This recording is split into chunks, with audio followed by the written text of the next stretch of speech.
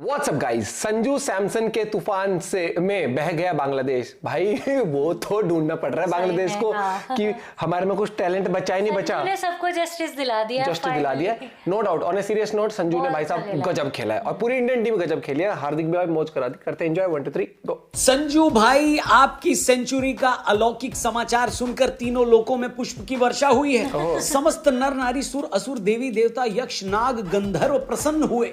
समस्त ब्रह्मांड में उत्साह है। दिव्य ज्योति प्रज्वलित हुई है। आगे भी सृष्टि के कल्याण हेतु ऐसे ही शतक मारते रहना। धन्यवाद। Thank you. नमस्कार, मैं हूं रौनक। रणतंत्र देख रहे हैं आप। ऐसा लग रहा है सीने पर बरसों से रखा हुआ कोई बोझ हट गया हो।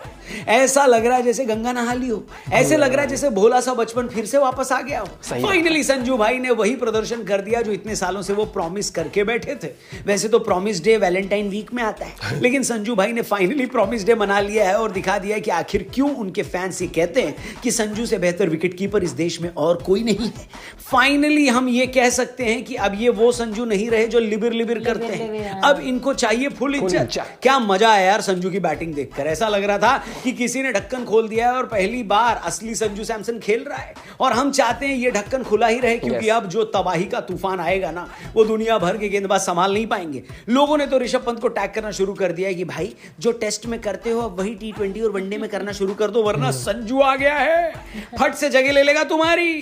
क्योंकि T20 और वनडे दोनों जगह सेंचुरी लगाने वाले संजू इंडिया के पहले विकेट कीपर बन गए। लेकिन बने कैसे, आइए जरा डिटेल में समझाते हैं। चैनल को जरूर सब्सक्राइब करना, वीडियो पसंद आए तो लाइक करना, ठीक है।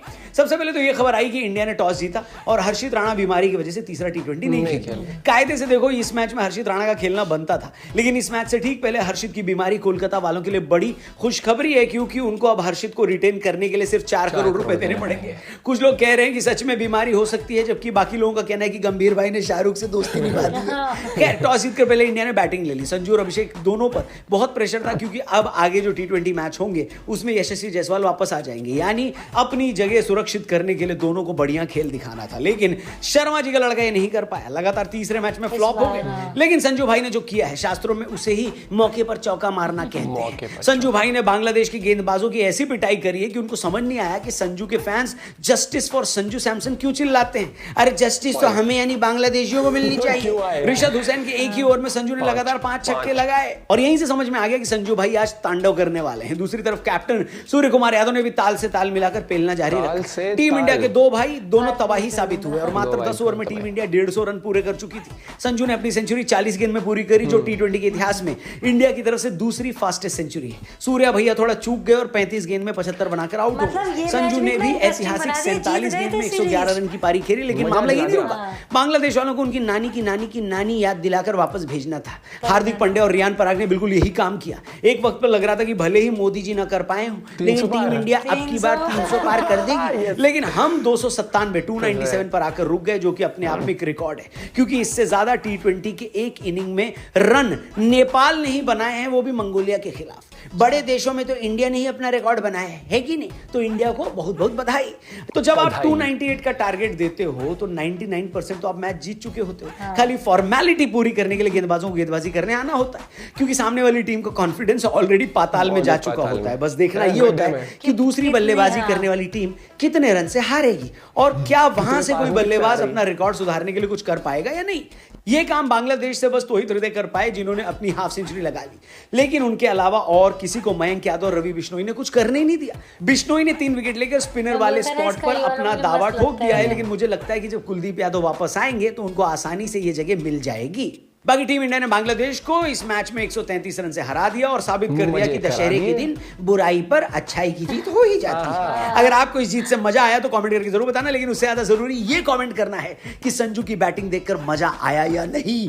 मैंने तो जब 5 छक्के लगातार देखे भाई साहब, सीट से उछल गया था यार। बस यही वाला संजू अगर लगातार मिल जाए तो मौज ही मौज आ जाएगी बेटे। हम आपसे मिलेंगे कल इसी चैनल पर। मुझसे लिखवा के ले लो, संजू का करियर यहाँ से अभी अलग ही लेवल पर किक करने वाला है। जितनी जस्टिस करनी थी कर ली सबने, निराश जितना करना था संजू ने कर लिया, लेकिन अब उसने वो रडार वो सिग्नल पकड़ लिया है। अब 5G मोड पकड़ लिया है। वो बीच में ना 2G 4G में अटका हुआ था संजू ने कहा ये बैरियर तोड़ते हैं, हम 5G नेटवर्क ही कैच कर लेते हैं। तो अब फुल स्पीड में, अब ये मत कहना कि भाई 5G नेटवर्क हर जगह नहीं है। अब इंडिया में बहुत बढ़िया चल रहा है 5G। कभी कभार हो सकता है कहीं सिग्नल ना मिले, तो वैसे ही कभी कभार होता है संजू इच्छा ना करे, लेकिन होपफुली ये अब नए दौर का आपको दुनिया हार्दिक 2.0 कह रही है, मेरे से पूछो तो संजू सैमसन 2.0 शुरू हुआ है अब, और टीम इंडिया ने भाई साहब मौज करा दी है, धुआं उठा दिया है। इससे ना आप ये देखोगे ये इस सीरीज के इंटेंट से और अपने वर्ल्ड कप वाले इंटेंट से और रोहित शर्मा के इंटेंट से एक ये चीज होगी, पूरे यंगस्टर्स के अंदर वो हो चुका है कि भैया अब आपको नाम बनाना है तो 150 के स्ट्राइक रेट से नहीं चलेगा, आपको एक अलग इंपैक्ट प्लेयर आना पड़ेगा टीम में, एंट्री वरना ऐसे रहेगी। इस हाथ को खुलवाना है ना तो आपको आर पार की बात करनी पड़ेगी। मिलते हैं वीडियो के साथ, बाय, टेक केयर।